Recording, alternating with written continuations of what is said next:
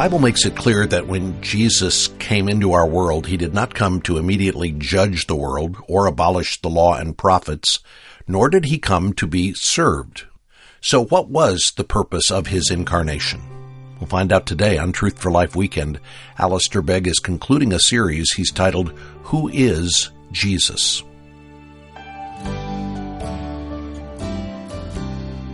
Let me give you one or two reasons as to why he did come.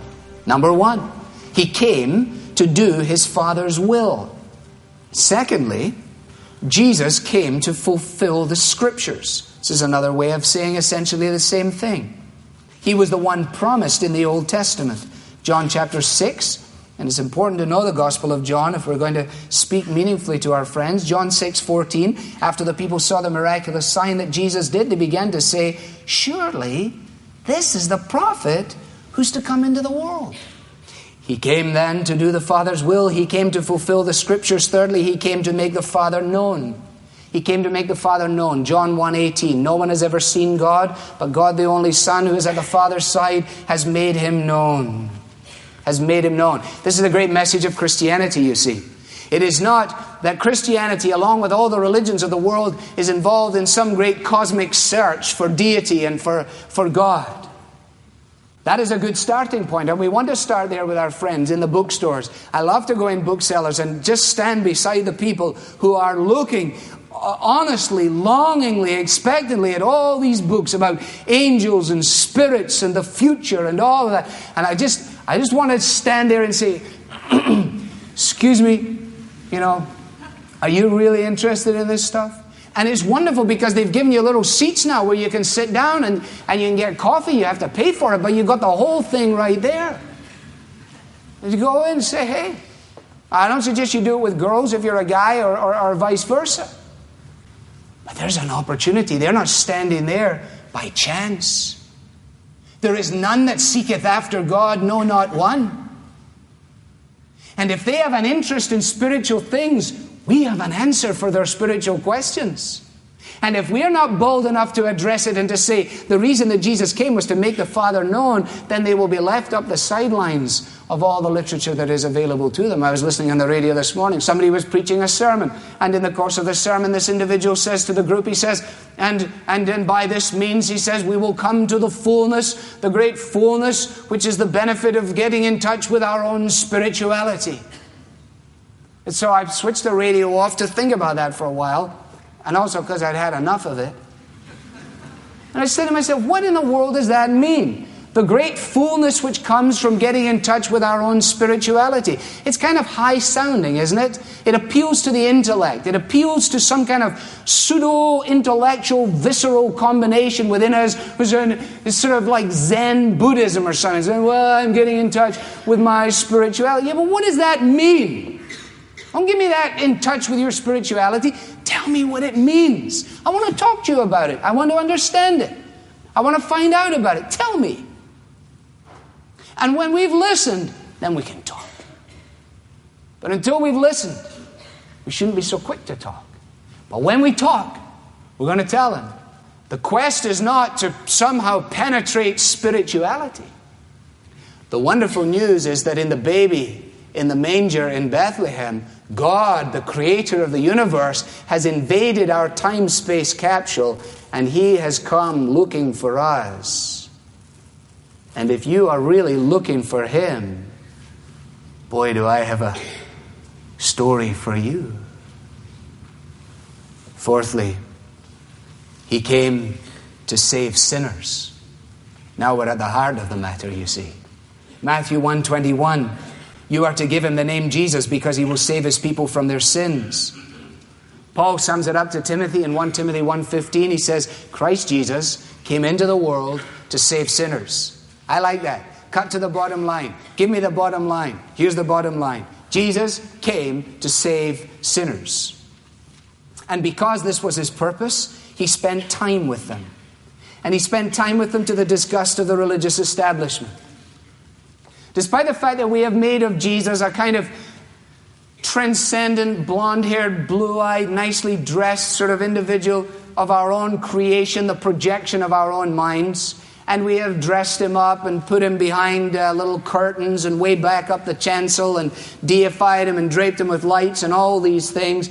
He breaks out of all of those molds. He's not staying in there. Don't look for him up there. He's not there. He was never there, and he ain't never going to be there. What did they call him? Read the evidence. This is what they called him. Hey, have you heard of Jesus? The religious people said this: Jesus of Nazareth is a drunk, a glutton, and he hangs around with bums. That's exactly what they said. You check the gospel records.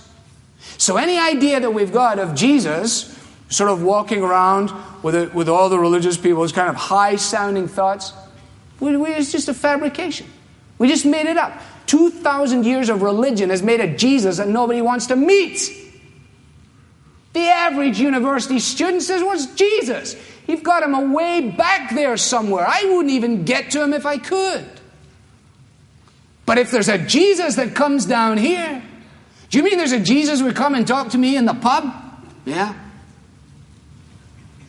That kind of scares some of us.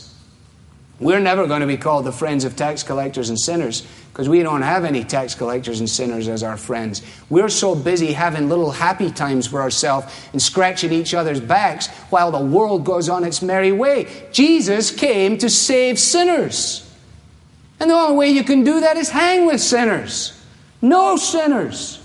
Be nice to sinners. Meet them. Greet them. Don't share with them in their sin. Identify with them in their need, but not in their sin. That's what Jesus did. And when we begin to put this together, you know, after Zacchaeus comes tumbling down out of the tree in Luke chapter 19, which is a great story for homework, as he comes tumbling down out of the tree, a notorious little man,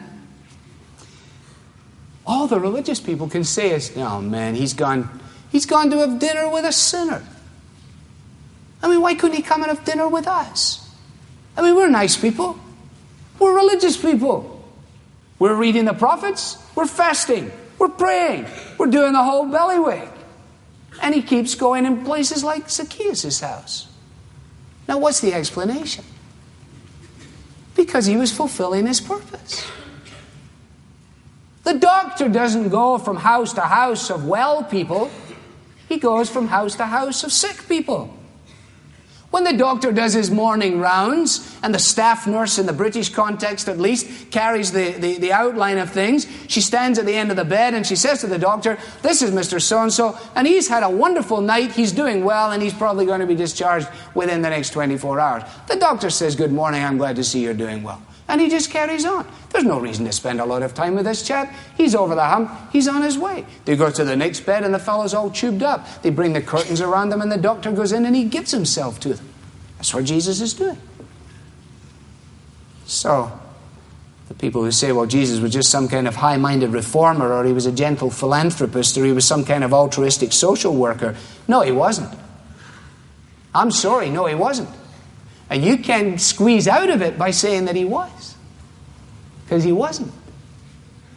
And we have to point out that while people like to suggest that Jesus Christ came just to let us know that all was not well, or came down just to say, by the way, God cares, or came down just to provide us an example of how to do a little bit better, we have to say that all of those explanations, individualized or combined, fail to take into account the biblical evidence which says that Jesus Christ came to do ultimately none of the above. He came to do one essential thing. He came to address the fundamental human problem, which is sin, and he came in himself by his death to provide the only cure. Now, at that point, you see, we have major disagreement. And it is at that point that we need to be most courteous, most kind, most careful, or we lose in that conversation and we just blow our friends away. It is possible still to be tolerant without giving up the truth. And so we must. We need to explain to people that what the Bible says is that we are sinners. We sin, because we are sinners. We are not sinners because we sin. That's a question in a theological paper. Are we sinners because we sin, or do we sin because we're sinners? What is biblical orthodoxy? write 5,000 words on the subject. The answer is we sin because we're sinners. If you've ever done crown bowls, the bowling that Englishmen do in that green and pleasant land, from which I do not come, that was not any sort of... They have the grass and the crown bowls. If you've ever, as a 10-pin bowler, engaged in that, you know that's an interesting exercise. And if you anticipated that in rolling the bowl, it was going to do largely what it does for you in 10-pin bowling, namely go down the gutter, namely go straight, then you're in for a great shock. It is impossible for the thing to go straight because the bowls are built with an inbuilt bias. They are biased. They are built biased. And consequently, the skill in crown bowls is to be able to use the bias to take the bowl to its destination. It will come in from the left, or it will come in from the right, or you can turn it out the way, or why you would want to, I would never know, because the thing you're aiming for is up the middle. But it will go this way, this way, this way, or this way, but one way it will not go. It's dead straight. See, you just got to say to people, say, look, you grew up in a nice house, your mom and dad were nice folks, they gave you nice meals, you pulled up your socks, you tied your shoelaces, you went to school. Why is it that you keep going up the left or up the right? Why can't you just go straight up the middle? Now, an honest person is going to say, you know what? That is the $64,000 question. Why am I the way I am? Because culture is simply the expression, the cumulative expression of individualism. But we're living in a world which suggests that there is no such thing as sin. Let me ask you this question, believer and unbeliever alike. Do you believe that there is such a thing, such a state, or such a condition as being positively evil? Do you believe there is such a thing as an individual being positively evil? Now, if you as a believer have not immediately marked a Y against that question, it is a wonderful illustration of the phenomenal erosion that is taking place as a result of the impact of a secular world that believes that the issue is not concerning these matters an issue of morality, but an issue of education. And the issue this morning, as we're told by our world, is not that a man is bad, it is just that he's not as good as he should be. That his problem is that he's ignorant. He's not sinful, it's just that he doesn't know. He doesn't know about the beautiful and about the pure and about the good. His problem is not that he chooses evil over good, but his problem is that he's unaware of the choice, and he needs to be educated. Isn't that what we hear all the time? And that's, of course, our explanation all the time. The issue is shifted from morality to education. So we come to the question of premarital sex. The issue is not a moral issue anymore. It is an educational issue. Therefore, we won't talk about right and wrong. We'll talk about educating people as to how they might accommodate this. The issue concerning AIDS. The one thing you cannot say about AIDS is to introduce the issue of morality to it. It becomes only a matter of education. The question of the death penalty is not an issue of morality anymore. It is an issue of education. Go through the moral law of God, which is the moral law of God, and you realize that the culture in which we live has no possibility of coming to Christ as a Savior, for it is unprepared to admit the predicament of sin. And until a person understands sin, why in the wide world would you want a Savior? So we need to labor to point out to people that if they're prepared to be sensible, to sift the evidence and to think, they have got to come up with an explanation as to why we are the way we are. And that we want to put it to them that the Bible gives as good an explanation as any that I've heard in a long time. And we can start just from there. Well, don't you think that it's fairly reasonable to suggest that the reason we are the way we are on the outside is because of a problem that we have on the inside? So we live in manifold confusion. Ask your friends in the office when they give you this hogwash about we just need education. Say to them, listen, there's 150 people in this building today. Or if you're in a big building, you're in an organization, there may be thousands of people in it. There's multiple floors. And you say to them when you're having coffee with them, do you really believe this morning that the adulterer and the thief and the wife beater and the cheat and the gossip and the filthy minded in our complex are just in need of a seminar? Is that what you're honestly telling me? That all we need to do is get in and get educated? Don't be so jolly silly. No, you shouldn't say that. That gets them defensive. Say, really?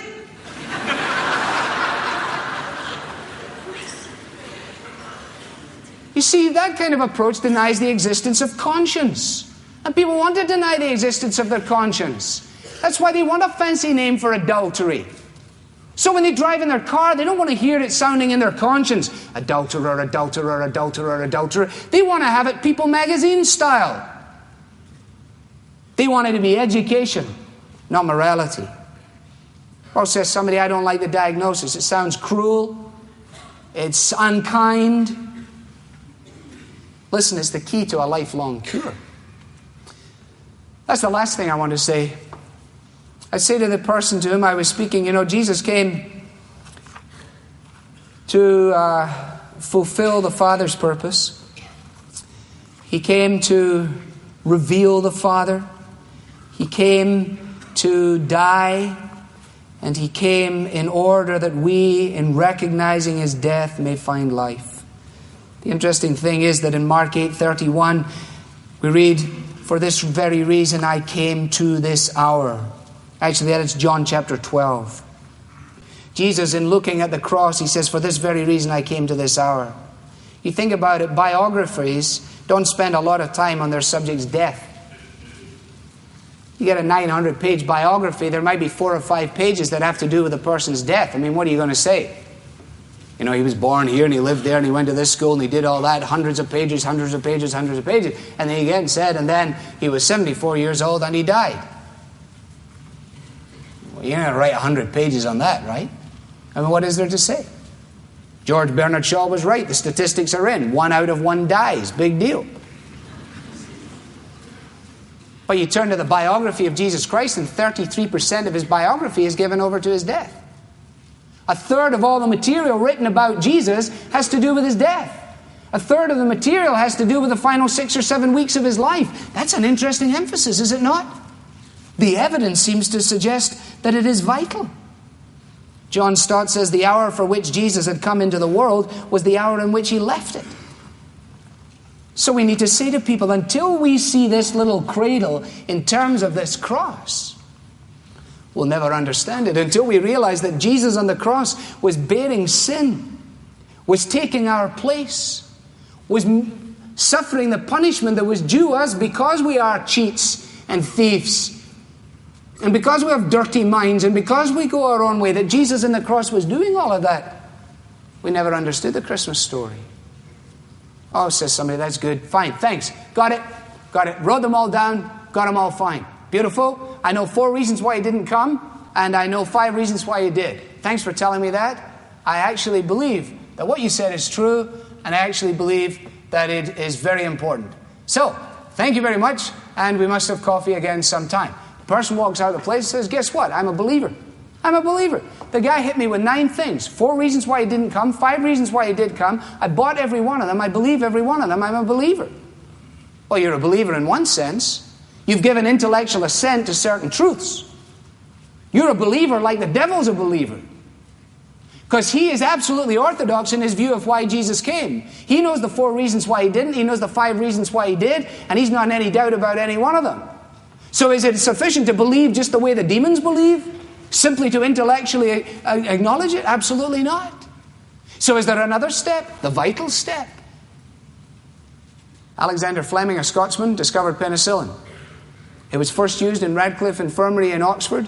It radically changed for all time the issue of blood poisoning. Imagine I'm in my bed and I have blood poisoning.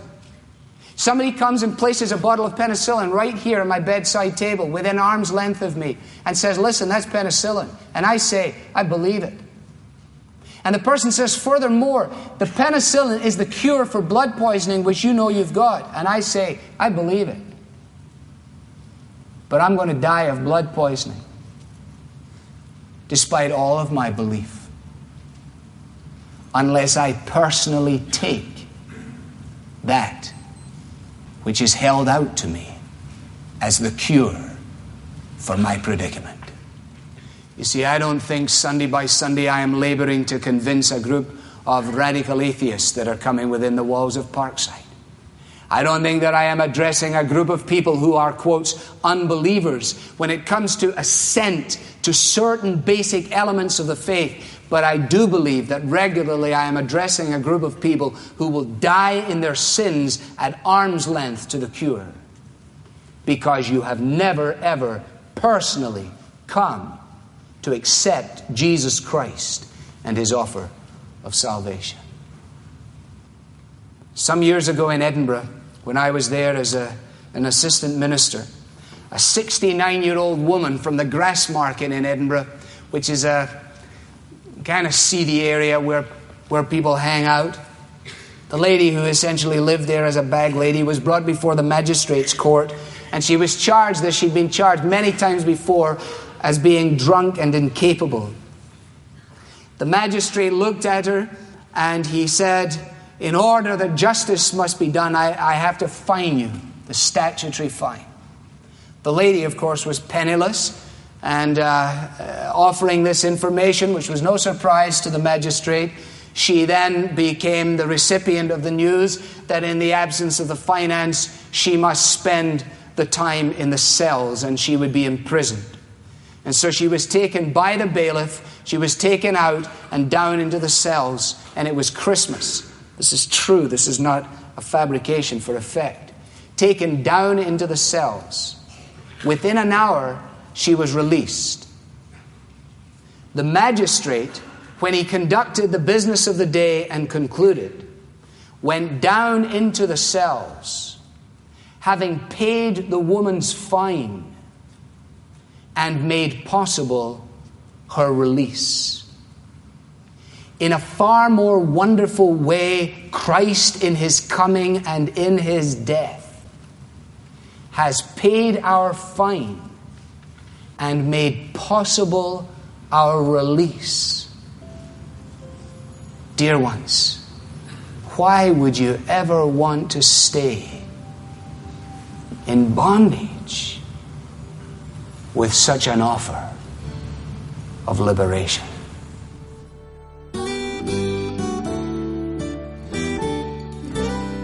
You're listening to Truth for Life Weekend. That is Alistair Begg challenging us to think about the cradle in light of the cross and to invite Jesus into our lives. Now, as Alistair pointed out in today's message, it's possible to die within an arm's length of the cure. So if you have friends or family members who may be religious but have never fully grasped the freedom of the gospel, you can put the cure right in their hands. We put together a packet of 3 copies of the Gospel of John in booklet form. You can share these with 3 people you know who may not fully understand the real reason why we praise and glorify Jesus. The booklets are written in an easy-to-understand English Standard Version, and at the end there's an explanation of what it means to be a Christian and a prayer that a reader can pray to invite Jesus into his or her life. Find out more about the 3-pack of the Gospel of John when you visit our website at truthforlife.org. I'm Bob Lepine. On behalf of all of us here at Truth for Life, I want to wish you a safe and joyful close to 2023 and a blessed and healthy welcoming in of the new year. We look forward to continuing our study of the Bible together in 2024. In our day, there are people who wonder why we should study an archaic book in this day and age. Next weekend, we'll begin a series that explains why the Bible is not only still relevant in our day, it's vital. I hope you can join us. The Bible teaching of Alistair Begg is furnished by Truth for Life, where the learning is for living.